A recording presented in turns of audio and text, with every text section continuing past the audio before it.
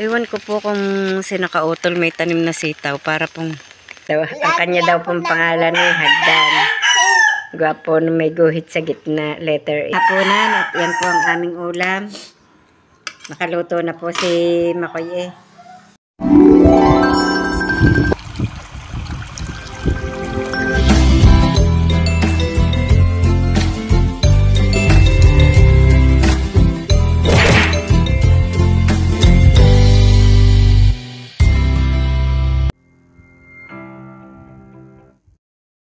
Isang maulang umaga po mga kabras up.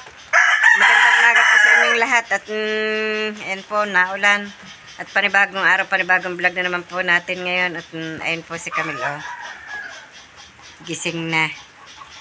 May ilaw pa po kami at madilim po dito sa amin at naulan po. Siguro sa loob. Medyo po madilim pa po yung naulan na dito, kaya po yan, hindi po nakawalis ng ayos dito sa harapan. Pero nakapagpakain na po naman ako ng baboy kanina nung medyo tumila, naulan na po ulit.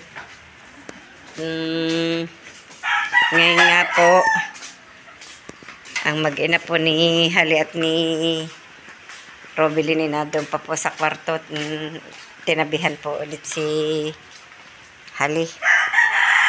Ayan nga po, oh. Ulan ng ulan. Ulan ng ulan.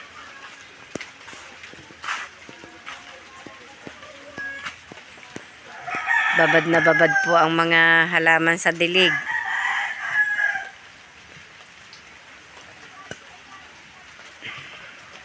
Hindi po ngayon mga makatrabaho ang mga tao. At naulan nga po.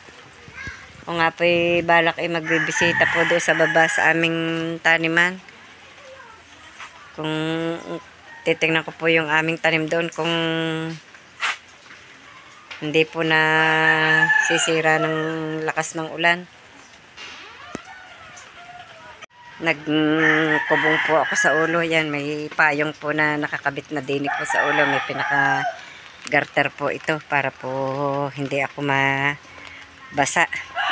At tayo po bababa muna dito po sa aming taniman. Eh ako pala hindi pa nakakapagpakain ng isda. Tayo po bababa po muna dito sa ilalim po ng kubo. At nabali na nga po pala itong puno ng ipil. Nabagsakan na yung mga tanim doon sa baba. At yan yung pong aking kakao na daganan. Hindi ko po naman yung kayang tanggalin. Matatanggal po yan pagdating pa po ni Makoy. Si Makoy pumasok po sa trabaho. Buti na lang hindi na daganin itong aking malunggay. Buti na lang. Madulas na nga po itong daan. Oh. Nagtutubuan ng masyado yung damo. At saka po kaya madulas nababasa na nga po. Ang lalago na naman ng mga dumula pa kaya ditong kabuti. Ang aking puntanim na papaya o nalukuban po ng ubi. Nalukuban ng ubi. Kundi ipatanggal po yung kay Tatay Roman pagdating. Sunog-sunog ang dahon ng halaman ni Robilin. Si Robilin po hindi pa nakakababa din eh. At hindi ko po pababain at baka po madulas. Madulas po ang daan. Buntis po eh. Madulas, delikado. Yan, ang lago po ng talbos ng kamote oh. Yan, lago. Ay, baka po makakapanguha tayo ng sitaw dito sa baba. Yung pong mga iniwan ko po noon na malalaki-laki na. Mapapanguha na po ulit yun.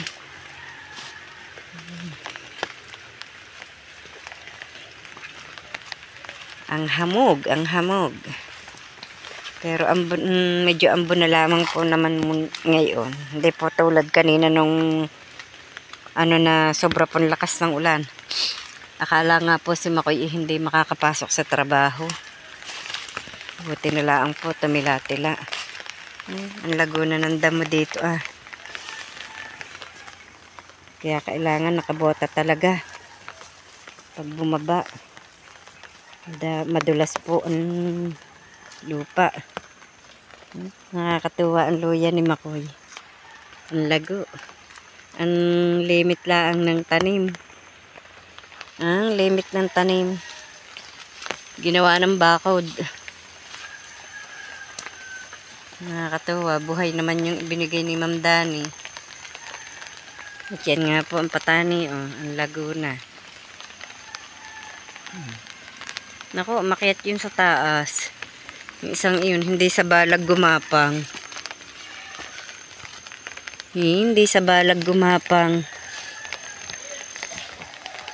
Ayan, naririto na po tayo sa sitawan. Ayun. Tingnan nyo po, ang dami nga po ng bunga, oh. Malalaki na. Ayan, oh. Tingnan nyo po, oh. Saglawit ang bunga ng sitaw. Saglawit ang bunga ng sitaw. Ayun.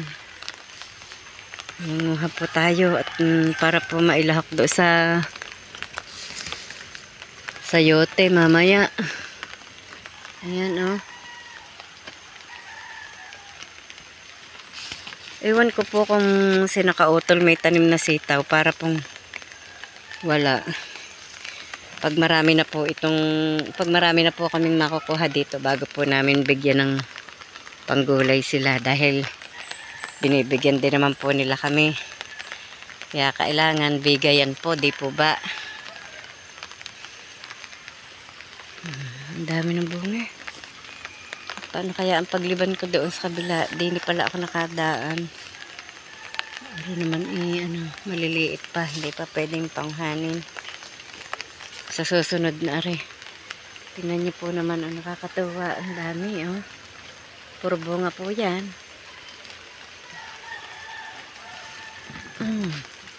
Ayan. Pipiliin ko lang po yung malaki. Yung maliliit ay tira. Kaya hindi makuha. Ito yung maliliit ay tira. Yung lang po malaki ang kukunin. Ayan. Dito naman sa kabila.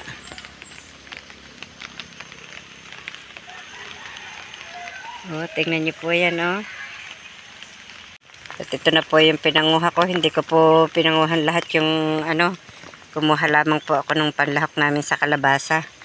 May kalabasa pa pong kabiak doon, eh. Lalahok po ito.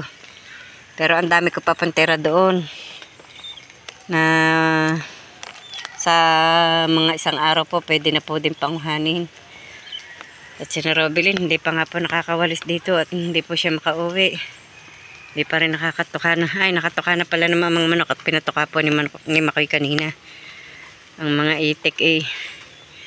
Ayun, nasa kakaawa naman. Di pa yata natuka ang mga itik na ito.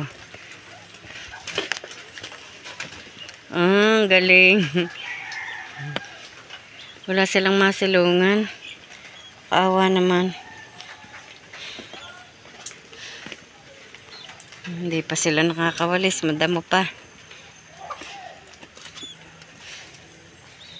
Nahingi na ng patuka ang manok. Ang kanilang isda may taklob. At dahil nga po pag naulan, naawas po ang tubig niyan. Napupuno po ng tubig ulan. Dami pong isda nila. Yan, nahingi na ng pakain. Nag-iipon-ipon na. Yan pa.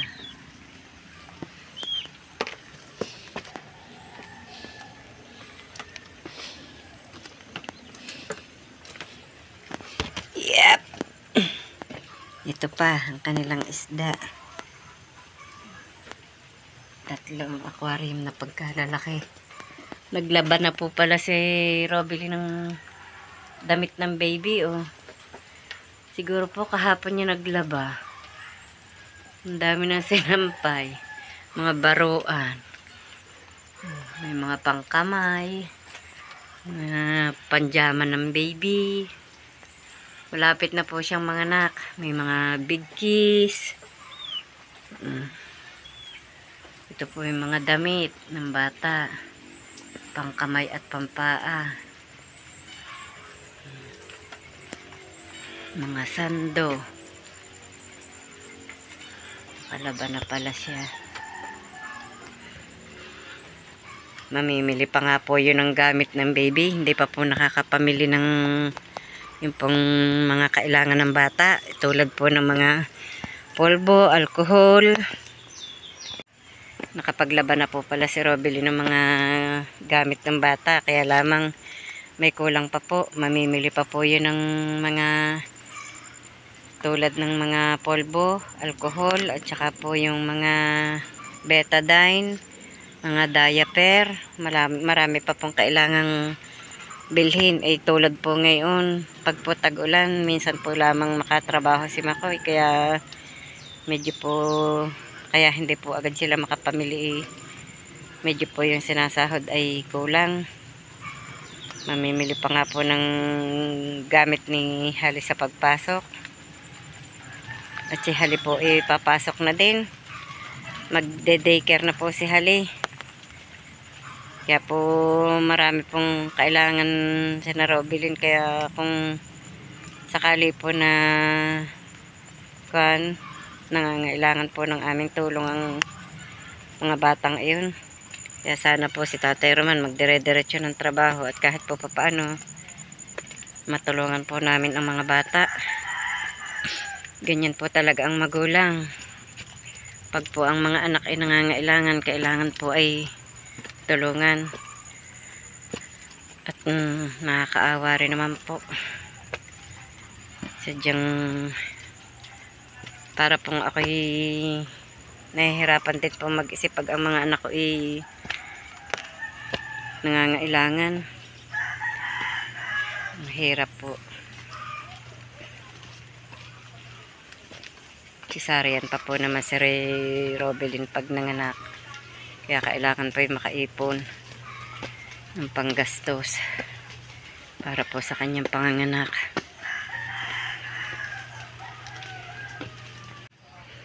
Ang dami pa doon, hindi ko dinamihan ang kuha. Isang araw na lang uli. Yan, may panlahok na. Kaya ko nga kinuha na. May panggulay na po kami, panlahok sa kalabasa. May sayote pa po doon yatang dalawa. Hiningal ako doon Magpapakain po muna ako ng isda. Hindi pa po nakain din ang aming isda.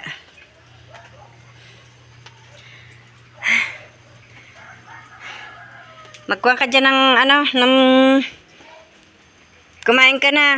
Kumain ka na. Pagkakain may anuhan mamang konjet napakain ng mga aso. Mag-ayos ka ng pakain sa aso. Napakain na rin pati si Burnok doon. Nag-aaral na po si Halim magsulat. Oh, para po pag siya pumasok, marunong na. Yan po siya nagsusulat. Oh. Nag-aaral na po siya magsulat. Tingnan niya. Tingnan nga. Pakita mo nga din Aba. Anong letter yan, Neng? Mana pangalan ko? Ang pangalan mo, letter H. Letter A. H. Mag-aaral mabuti si Ining, ha? Dali, sulat pa. Hindi ko maayos. Garni. Hindi dyan. Arigo. Oh. Yan. Ay. Sulat. Anong pinagsusulatan ko ng bubo Dali na. Ay. Tapos na ang Ay. punit. Dali. Para makatapos na. Mapuno na rin isang anong yan. Gayon ulit. Sulat. Letter H uli. Oh. Tapos, yung maliit, meron na. Huwag mong ipokpok ang lapis. Abot baby dini sa sa ibabaw dini. Ibabaw pa. Opo. Para maganda. O dini sa sunod. Parang may hagdan May hagdan palang pangalan May mo. hagdan. May hagdan daw. Ang kanya daw pong pangalan ay hagdan. Gwapo na may guhit sa gitna. Letter H. Ito yung hagdan. Sulatin na. Dali na. Hagdan. Dali.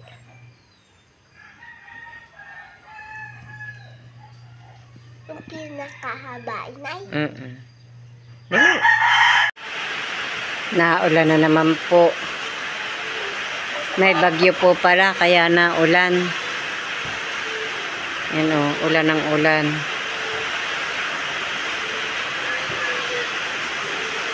Ulan ng ulan.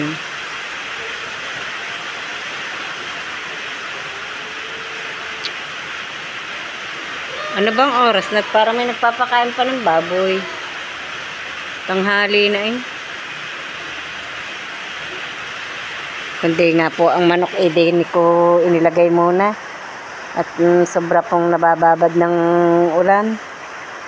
Saka po yung aso, yun, nandun po sa may ilalim ng lamesa. Dito po sa labas para po sila hindi nababasa. Nakakaawa po, nabababad ng ulan. Giginawin ang mga aso. Yan, naagos na ang tubig sa kanal. Sa agusan. Malakas na naman ang tubig. Babad ang mga halaman, mga bulaklak. Babad ang mga halaman.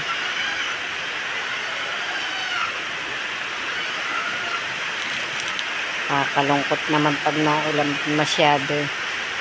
Nakakatakot na po ang pag may bagyo eh. Ako po may phobia na sa bagyo at sa ulan.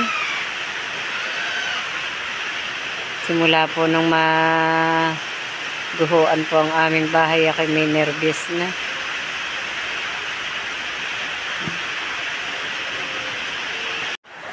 Ngayon po tayo hindi po makalabas ng bahay at naulan. Ay po mag-shoutout po muna ng ating mga viewers. Tulad po ni na Ma'am Senada Maloles. Shoutout po kay Sir Tolix Talag, kay Sir Marcelino Karangian, kay Ma'am Nati Abinyante, kay Ma'am Sangumay, kay Ma'am Dani. Shoutout po sa inyong lahat. Kay na Romel Gabo, Elmer Duca, kay na Hermie Manalo.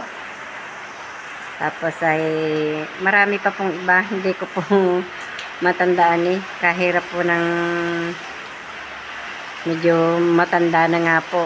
At basta po sa lahat po ng mga silent viewers at sa mga viewers po, mga nakasubaybay po sa amin, maraming salamat po sa inyo.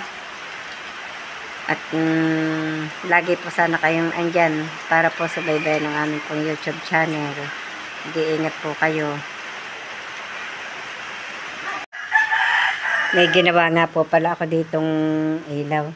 Naglagay po ako ng bulak sa isang kawad, tapos nilagyan ko po ng asin yung garapon at saka po itong langis ng niyog. At para po pag nagba-brown out may magamit po kaming ilaw. Para hindi po madilim.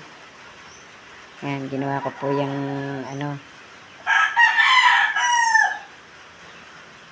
naos-os yung langis doon sa baba.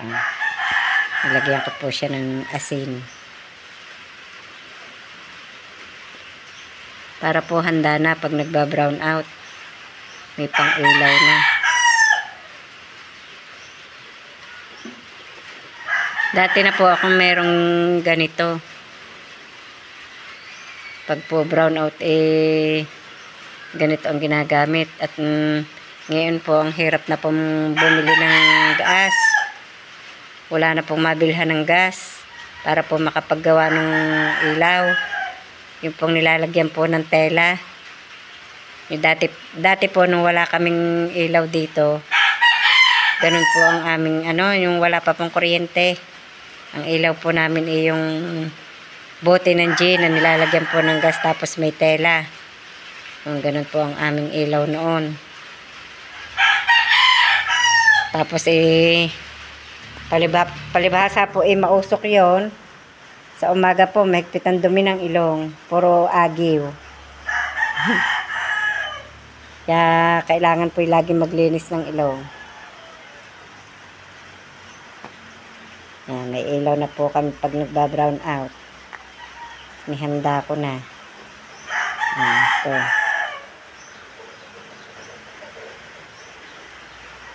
Dito ko na lamang po ilalagay at para hindi matapon.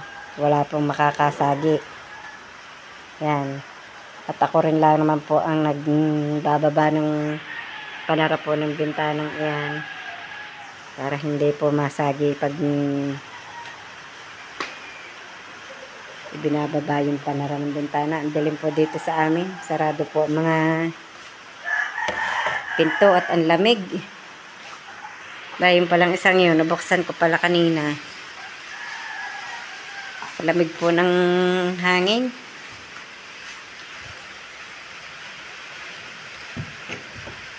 Lalo na po pag mga September pong iyan. Sobrang lamig po dito sa amin. Para na pong nasa Baguio. May ilaw na kami. Pag nag-brown out. Ang solar naman po, pag ganito pong hindi nag-aaraw, wala din pong hindi po rin na ilaw ng ayos. Kaya wala din pong kwenta pag minsan. May solar naman po kami. Ayan po, yung pong indap na yan ang ilaw. Yung pong maliit na solar. Ay maghapon pong hindi nainit. Kaya asahan na po na mamaya ay madilim din. Hindi po iilaw yan. Dumating na po si Makoy galing sa trabaho. At yan po siya nagkakayod ng niyog. Ano lulutuin mo, Makoy, at ikinakakayod ng niyog? Kalabasa at sitaw. Gagatama?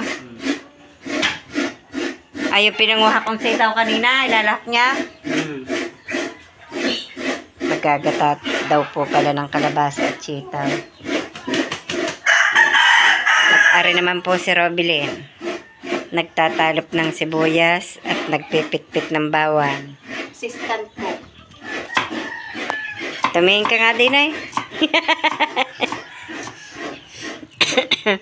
Ari po pala ang gugulayin. Ginataang kalabasa na may sitaw. Ang ulam sa hapunan. May alimasag yan ha. Hindi kayo hihipon. Tapos, lalo na ako na high blood. Tuyo na laang. Tuyo. Inihaw na tuyo. Sarap. Ayoko na inihaw ka, ala. Oh, Hindi masarap ang ilaw. masarap. Parang Ilang niyog ang iyong kakayurin? isa ko pa. Parang kalaki ng niyog na saan mo yan nakuha? Yun, sa lalim. Doon sa tabi niya? Sa kanyang niyugan doon sa ilalim. Sa ilalim ng bahay niya? Lalaki nga ng bunga ng niyog na yun. Tsaka yung doon sa may sa gayon, yung sa malapit sa Lagnas. Lalaki din ng noon ng bunga. Hindi pa hinaya si Kinsley din eh. Nakid na lang ang oras. Sino maghahatid? Ay, siya. Papasok na kaya sa alis bukas? Papasok daw. Napasok ko yata. Bukas. Nang hahagad na ng dumalagaan ng Hindi papayag si tita. inahing manok ang mga tandang na ari. Hindi rin papayag si tita. At walang katabi ko sa gabi. Kami nga pinakain na ng hapunan at yan po ang aming ulam. Nakaluto na po si Makoy. Kain mo kayo. Ano? Ano? Kain. Kain po kayo. Ulam po namin tuyo at gulay. Sa sipag, Kalabasa at sa sitaw. sipag ng aming chef eh. Wait, Siya na din na Yan po ang nagmali. aming cook. With love. Tagalotoy, With tagahayan. feelings ang ano. Yung iniluto ko dyan. Nay, tagalotoy, tagahayin. Nakakapanibago. Nasa kondisyon po eh. Kanina pa ho yan nakangitay. Baka may naiibig. Baka may naiisip. May naiirog na doon sa Twin Lakes. Baka ikaw ay may naiirog na May ano ba? inililihim na. Mga sa nagkakantin daon. Mga tropa ni Nati Juna.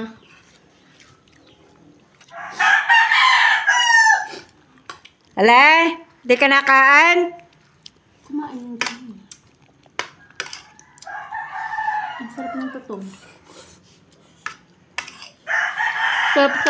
Hanggang dito na lamang po munang muli ang aming vlog at maraming salamat po sa patuloy niyong pagsubaybay hanggang sa dulo ng aming vlog. At shout out po sa lahat ng mga viewers, sa mga silent viewers at sa lahat po ng sponsor. Maraming salamat po sa inyo. At patuloy po kayong sumusuporta sa aming pong munting vlog. At sana po mag-iingat po kayong palagi. Bye-bye and God bless.